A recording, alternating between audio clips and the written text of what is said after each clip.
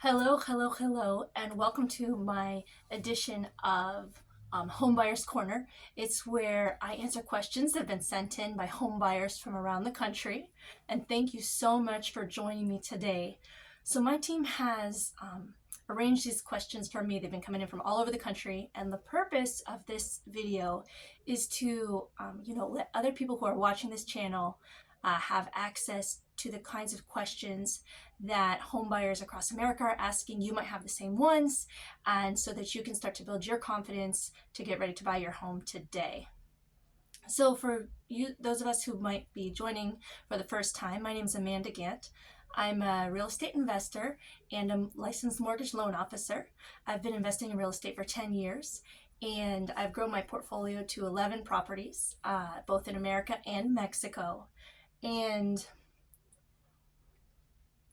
I started this channel to kind of help people to see what's possible for real estate for them, and see if this is something that makes sense for them to get into, because it's given me a lot of financial freedom, and that's why I became a mortgage lender as well, because my lenders were the folks who really helped me grow from my very first home purchase to always helping me decide, when it's time to sell, what are different loan opportunities out there for me, how can I best leverage other people's money to grow my own wealth.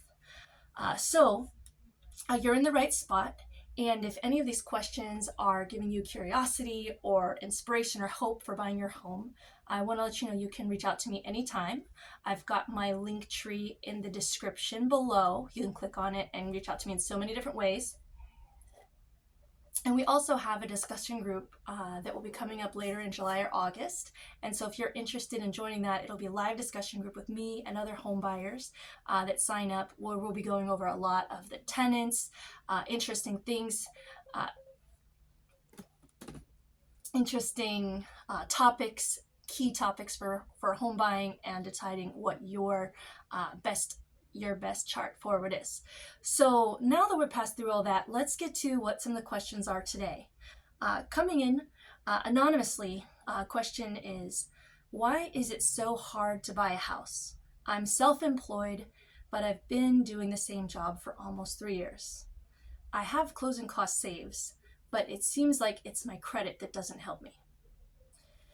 Well, it can be a hard thing to do if you're self-employed to get a loan. And so the most important thing is to definitely talk to a few mortgage loan officers out there. There are a lot of different types of loans as well.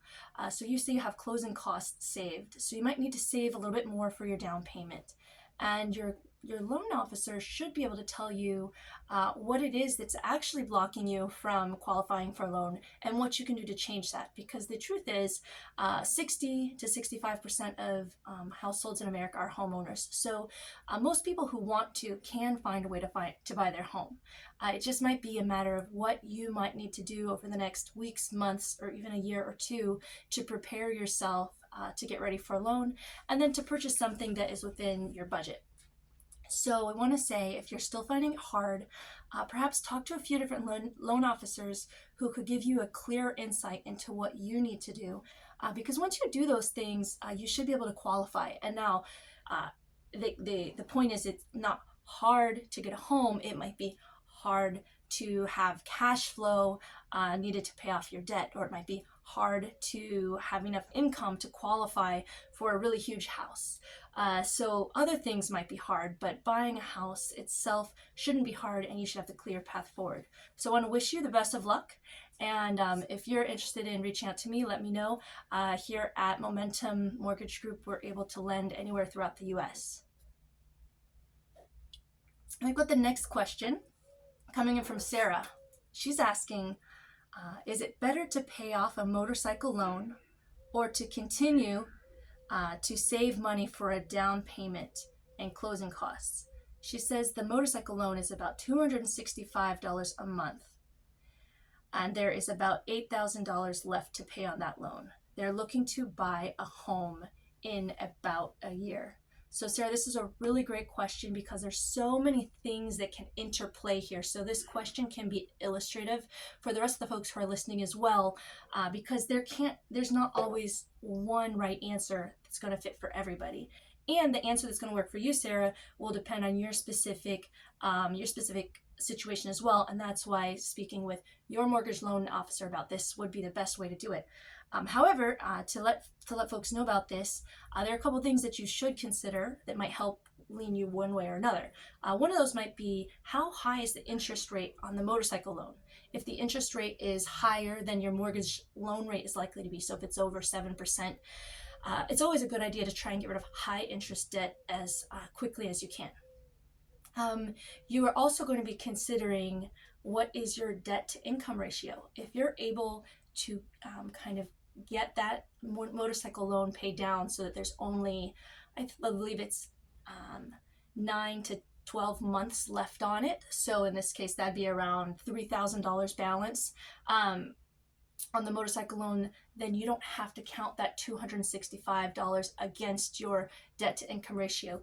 So what lenders do is they look at how much money you earn every month, and they look at how much money you have obligated to pay every month, which would include secured debt such as motorcycle loans, credit card debt, and other kinds of debt expenses like that. So removing that $265 could help you qualify for a higher loan amount, which might help you get the home that you want. So you want to go through those two choice options with your mortgage loan officer.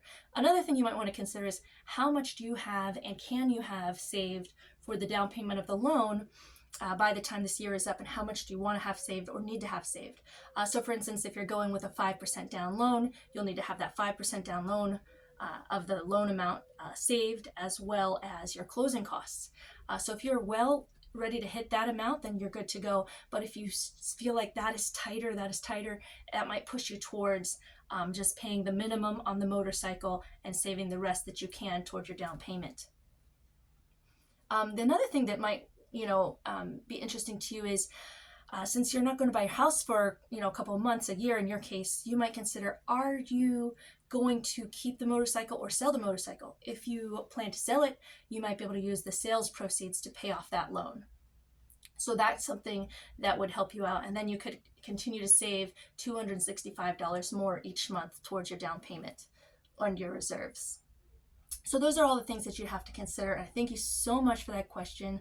Once you work it out together, I'm sure you'll figure out what the best option is for you. I know that for some of the loans I've closed on for myself, I have paid down debt myself in order to qualify. And it's actually really great because it's debt that I would have kept on my books longer. And the fact that I needed to buy a house made me pay off those debts sooner, which actually ended up saving me a lot of interest and really kept my financial discipline strong, which is actually one of the great things about buying a house, is that many of us might not arise to the same level of financial discipline as we do knowing that we need to buy a house. We might, stop spending as much on our credit cards. We might pay things off faster. And that overall, on the long term, can actually be good for us. So that's another soft benefit of buying a home, is that financial discipline that we have to have. So thanks once again. I hope that helped you out. And again, if you're interested in speaking with me about any of those topics further, just let me know in my link tree at the bottom of the description here. Our next question is from an anonymous, but it's very interesting, and this is a question you can also ask your realtors, but I wanted to answer it here today because this is what we're seeing more and more of in this new buyer's market that I've talked about in a few of my videos before.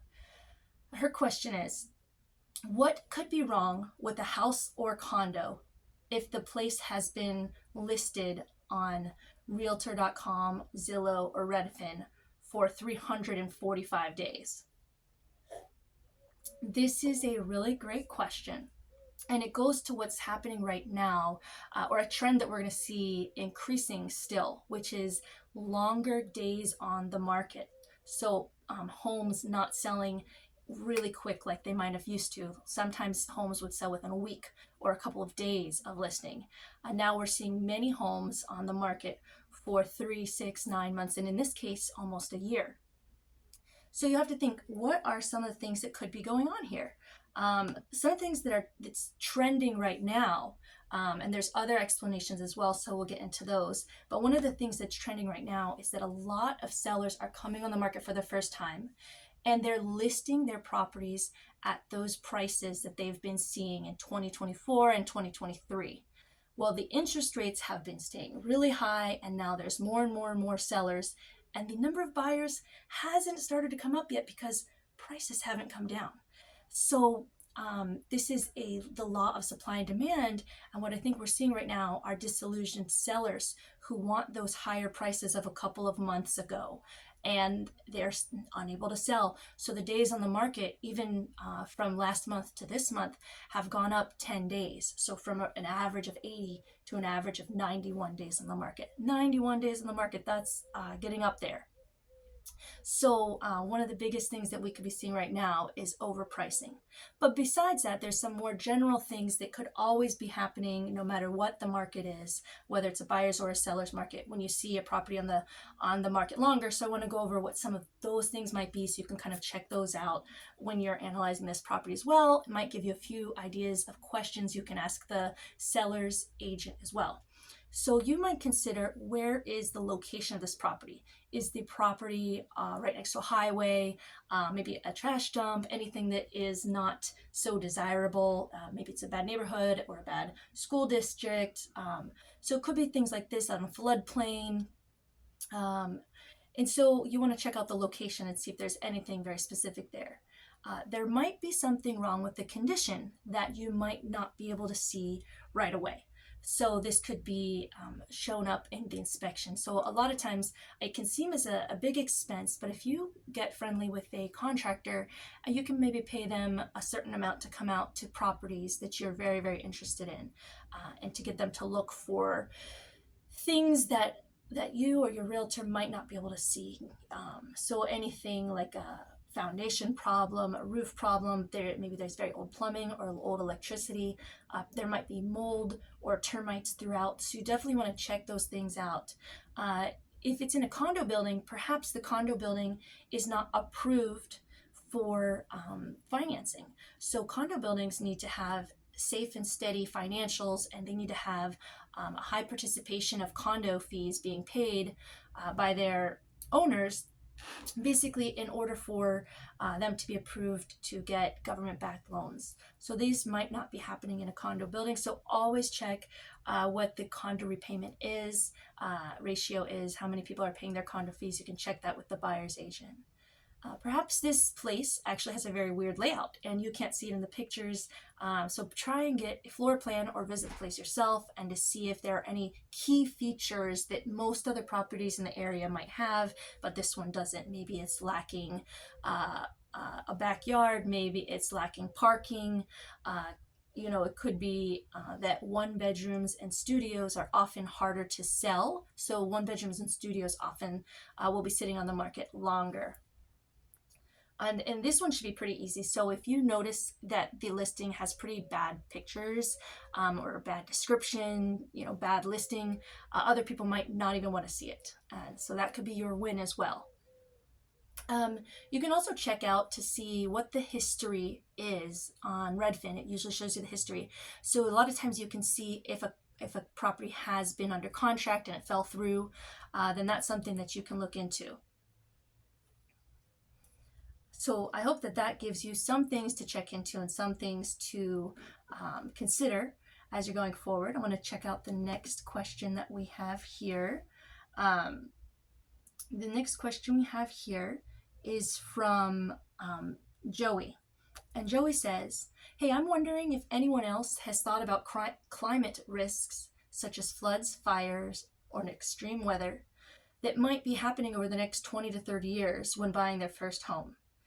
So Joey, I went ahead and did a little bit of research on this for you, and it turns out that a lot of people are actually thinking of this. A Zillow survey found that 83% of prospective home buyers are thinking of this, and that 23% of those home buyers are actually considering changing and only focusing on specific locations based on those kind of considerations. So a lot of these considerations could be, is it in a floodplain? I know that Zillow actually will tell you that. Is it a fire risk? So these things are actually being put on some of the online platforms that all of us have free access to. So I know for myself, when I'm considering to buy my next place, which will likely be in Central Florida, I am definitely looking at the flood risk. And it's so funny because even in the same development, if you're on one side of the street versus the other, or one end of the block versus the other, you can have a very large difference in the flood risk. And I would love to be on the side that has less floods. So these kind of things are definitely people are looking into. And I think that it's really healthy for folks to do that too. Let's see about the next question, which is sent in anonymously from Texas. My husband and I are looking for our first home. And so far, we were quoted at 6.9% and another loan at 6.5%. We actually thought that the interest rates would be lower. What are some interest rates that you were able to get recently? So this buyer has a concern that actually most buyers' concerns have, which is, am I getting the lowest interest rate that I can? And the general answer for this is that the interest rate that you're going to get will depend on the size of the loan, maybe the size of the down payment you're putting, your credit score, your income debt to income ratio, the type of property, and the location of the property. So all of these things are very specific to one person or another. So yes, there's the general average of what people are getting. And for me, these quoted rates of 6.9 and 6.5 sound about right. There can often be a lot of sticker shock involved because the interest rates have just been so high ever since mid 2022. And before that, the interest rates were 4 and then 3.5 and then 3. Some people even got 2.5% interest rates before about April 2022. So yes, around 7% seems high. But what you can do to make sure that you are getting the best deal is, it's never a bad idea. And a mortgage loan officer will never suggest you do this because, they just want to work with you. But you can go ahead early on in the process and, check out the rates, the processes, maybe the good faith estimates from 2 or 3 lenders. And I would definitely make sure that you include a couple of mortgage brokers in there. Mortgage brokers, such as myself at Momentum Mortgage Group, we often have access to many, many more lenders. So for instance, at Momentum Mortgage Group, where I am a mortgage loan officer, we have access to over 50 different lenders, and each of those lenders has numerous programs that have different parameters and interest rates for different situations that buyers find themselves in. And what I'm able to do is take your information, put it into the database, and select the best rate for you. So this is actually a very competitive market, and so you might as well look around and make sure you're getting the best deal. So thank you so much for that anonymous question, and really just encourage folks to check out mortgage brokers and maybe take a look at 2 or 3 of them and see what your best rate is.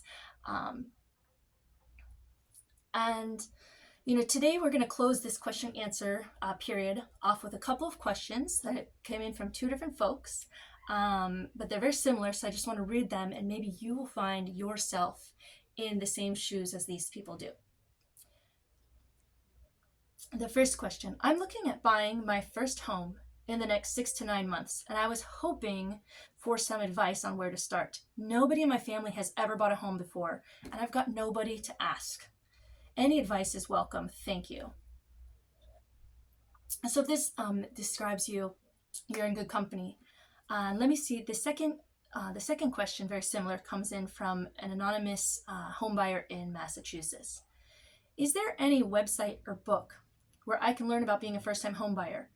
Literally dumbed down. I am completely lost with how to purchase a home. I have not worked with a lender or anything like that. I would like to see how the process goes. So for both of you, and for anyone who's watching who has similar questions or finds themselves at a similar point in the journey, I want to suggest a few things to you. First, click that subscribe button, because I'm going to be making, and I'm going to continue to make content on all sorts of questions around mortgages and around real estate, whether it's going to be for your primary home or something that could turn into an investment. You might live in it for a couple of years, then decide to rent it out, or fix it up a little bit and then sell it and get the equity. Or for people who are making investments right now. we can lend to all of those people. And we've got honestly the best products. So take a look at my YouTube channel, stay involved with that. Besides that, I'm also launching a real estate topics discussion group, which is going to be launching in July or August of 2025. So if anyone here is interested in that, I want you to find my link tree. It's in the description below, and sign up, and we'll let you know more details once we're ready to launch it. But we kind of have the format of, we're going to have a 3-day live Zoom session, probably an hour each day. And we're going to talk about 3 key steps where you can start to envision what real estate can do for you. We want to expose you in a very specific way so that you can get, I don't want to say all, but many key ways that real estate can empower your financial and lifestyle goals laid out for you so that you can see which one is going to be the most desirable for you right now. And then you can learn how to take those steps to get that ready to happen. So I'm very excited about that. And I wanted to thank everybody for sending in those questions today. And I wanted to thank all of you for joining me. And want to let you know, always check back at the YouTube channel. We're going to have more questions and answers coming up, and a lot of topics that you're going to find useful.